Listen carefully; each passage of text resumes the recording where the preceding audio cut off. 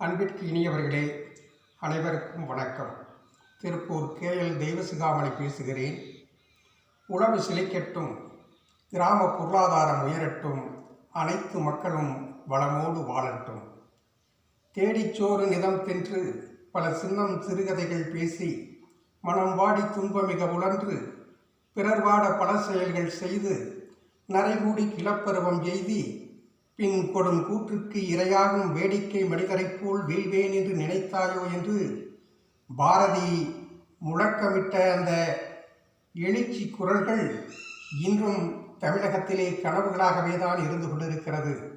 ஒவ்வொரு மனிதனும் லட்சியத்தோடு வாழ வேண்டும், அதுதான் வாழ்க்கையினுடைய அவனுடைய நோக்கமாக இருக்க வேண்டும் என்று வலியுறுத்திய பாரதியினுடைய அந்த அற்புதமான கனவுகள் இன்னும் இங்கே கனவுகளாகத்தான் இருந்து கொண்டிருக்கிறது என்பது தமிழக மக்களினுடைய போக்கினை உற்று நோக்குகிறவர்கள் தெரிவிக்கின்ற செய்தியாக இருந்து கொண்டிருக்கிறது. தமிழகத்திலே இருக்கக்கூடிய மக்கள் பெரும்பான்மையானவர்கள் இந்த சமுதாய நோக்கிலே வேடிக்கை பார்க்கிறவர்களாகத்தான் இருந்து கொண்டிருக்கிறார்கள். அதனுடைய விளைவுதான் தமிழகத்தினுடைய அவலங்களுக்கெல்லாம் காரணமாக இருந்து கொண்டிருக்கிறது. இன்றைக்கு அரசியலிலே இருக்கிறவர்கள் தவறு செய்கிறார்கள், ஊழல் செய்கிறார்கள், மோசடி செய்கிறார்கள், சீர்கேடுகளுக்கெல்லாம் அவர்கள் காரணமாக இருக்கிறார்கள். அது தமிழக மக்களினுடைய அடிப்படையை வாழ்வாதாரங்களையே பாதிக்கக்கூடிய அளவுக்கு செல்லக்கூடிய ஒரு அவலமாக இருந்து கொண்டிருக்கிறது. தமிழகத்திலே நடைபெற்று கொண்டு இருக்கக்கூடிய சீர்கேடுகளுக்கெல்லாம், முறைகேடுகளுக்கெல்லாம், லஞ்ச லாவண்யங்களுக்கெல்லாம், ஊழல்களுக்கெல்லாம் காரணம் அரசியல்வாதிகள் தான் என்று பலரும் குறை கூறிக்கொண்டிருக்கிறார்கள், குற்றம் சாட்டி கொண்டிருக்கிறார்கள். ஆனால் உண்மையிலேயே இந்த அவலங்களுக்கெல்லாம் காரணம் அவர்கள் மட்டுமல்ல. இன்றைக்கு அரசியல்வாதிகள் மட்டும் ஊழல்வாதிகள் அல்ல, அரசியல்வாதிகள் மட்டும் முறையீடு செய்கின்றவர்களாக இல்லை. அரசியல்வாதிகளை விட இன்றைக்கு அவர்களுக்கு ஓட்டளிக்கக்கூடிய மக்கள் ஊழல்வாதிகளாக மாறிவிட்டார்கள் என்பதுதான் யதார்த்தமான உண்மையாக இருந்து கொண்டிருக்கிறது.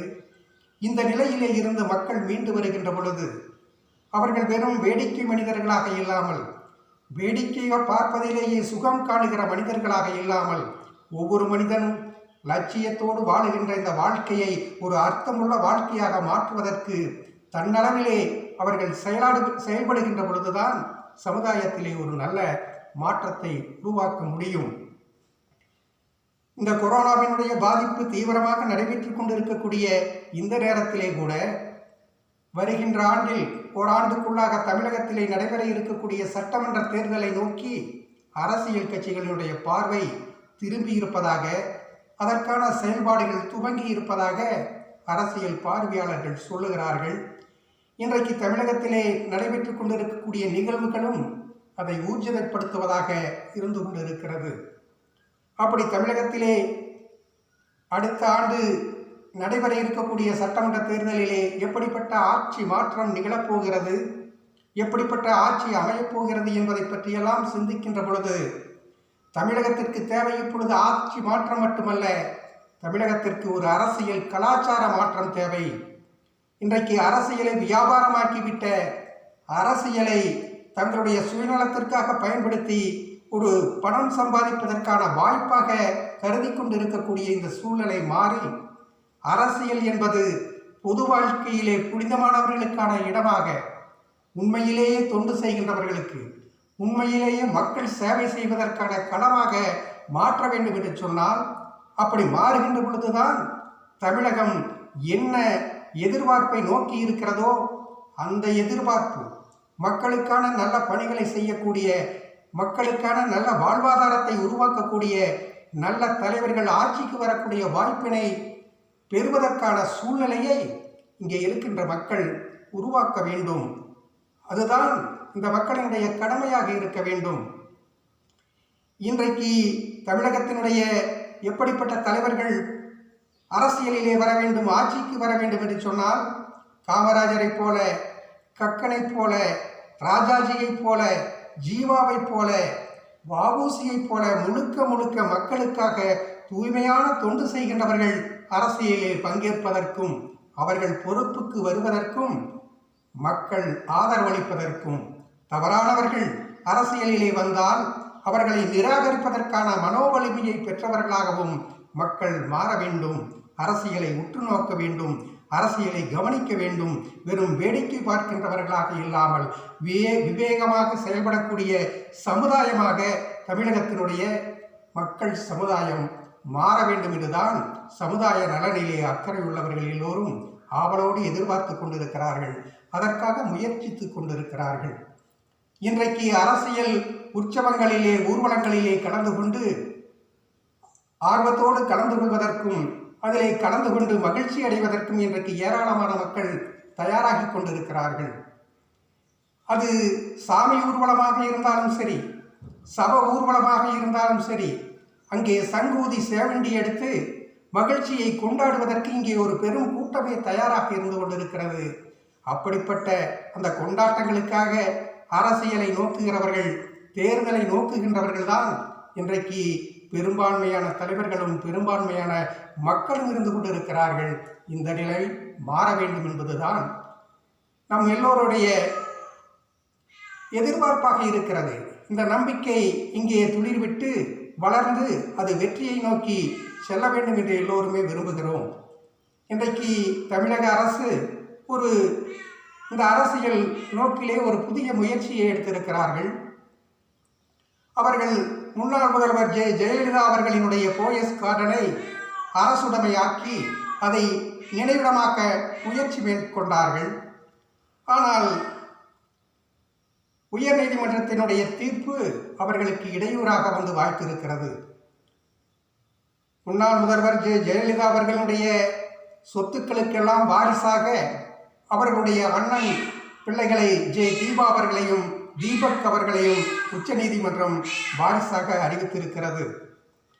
தமிழக அரசு போயஸ் கார்டனை நினைவிடமாக்கி அதை நினைவு சின்னமாக்க வேண்டிய பொருளாதார சுமையை தமிழக அரசு ஏற்றுக்கொள்ள வேண்டிய அவசியம் இல்லை.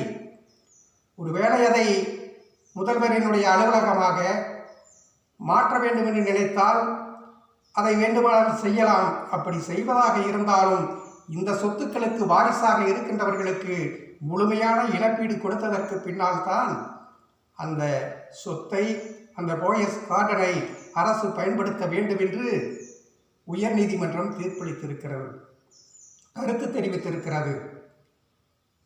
இன்றைக்கு தமிழக அரசு எப்படியும் போயஸ் கார்டனை தன்வயப்படுத்த வேண்டும் என்பதற்காக, நினைவு சின்னமாக மாற்ற வேண்டும் என்பதற்காக அவர்கள் உச்சநீதிமன்றத்தை அணுகுவதற்கு முயற்சி செய்து கொண்டிருப்பதாக சொல்கிறார்கள். அதே சமயத்தில் தீபா அவர்கள் அந்த போயஸ் கார்டனை எப்படியும் காப்பாற்றி தன்வயப்படுத்த வேண்டும் என்று பெருமுயற்சி எடுத்துக்கொண்டிருக்கிறார்கள். இந்த நேரத்திலே அரசியல் நோக்கர் ஒருவர் தெரிவிக்கின்ற கருத்து நமக்கெல்லாம் அதிர்ச்சியூட்டுவதாக இருக்கிறது, நமக்கெல்லாம் வியப்பூட்டுவதாக இருக்கிறது. அவர் ஒரு கருத்தை சொல்லுகிறார். இன்றைக்கு தீபா அவர்களுக்கு ஒரு உதவிக்கரம் நீண்டு வந்திருக்கிறது. அந்த உதவிக்கரம் அவருக்கு கரம் கொடுப்பதன் மூலமாக போயஸ் கார்டனை அவர் மீட்டெடுக்க இருக்கிறார். அப்படி தீபா அவர்களுக்கு எந்த உதவிக்கரம் எங்கே இருந்து வந்திருக்கிறது என்பதுதான் அதிர்ச்சி அளிக்கக்கூடிய ஒரு வைரலான செய்தியாக இருக்கிறது. பெங்களூர் சிறையிலே இருக்கக்கூடிய சசிகலா அவர்கள் தீபா அவர்களுக்கு உதவிக்கரம் நீட்ட முன்வந்திருக்கிறார்கள். அவர்களுக்கு துணை நிற்க உறுதியளித்திருக்கிறார்கள். அவர்களினுடைய உதவியோடு தீபா அவர்கள் போயஸ் கார்டனை மீட்டெடுக்கப் போகிறார்கள். பெங்களூர் சிறையிலே இருந்து சசிகலா அவர்கள் வெளியிலே வந்தவுடன் அந்த போயஸ் கார்டனிலே இருந்து தீபா அவர்களை துணைக்கி வைத்துக் கொண்டு அங்கிருந்தே மீண்டும் அரசியலை துவங்கி தமிழக அரசியலை கலங்கடிக்கப் போகிறார்கள்.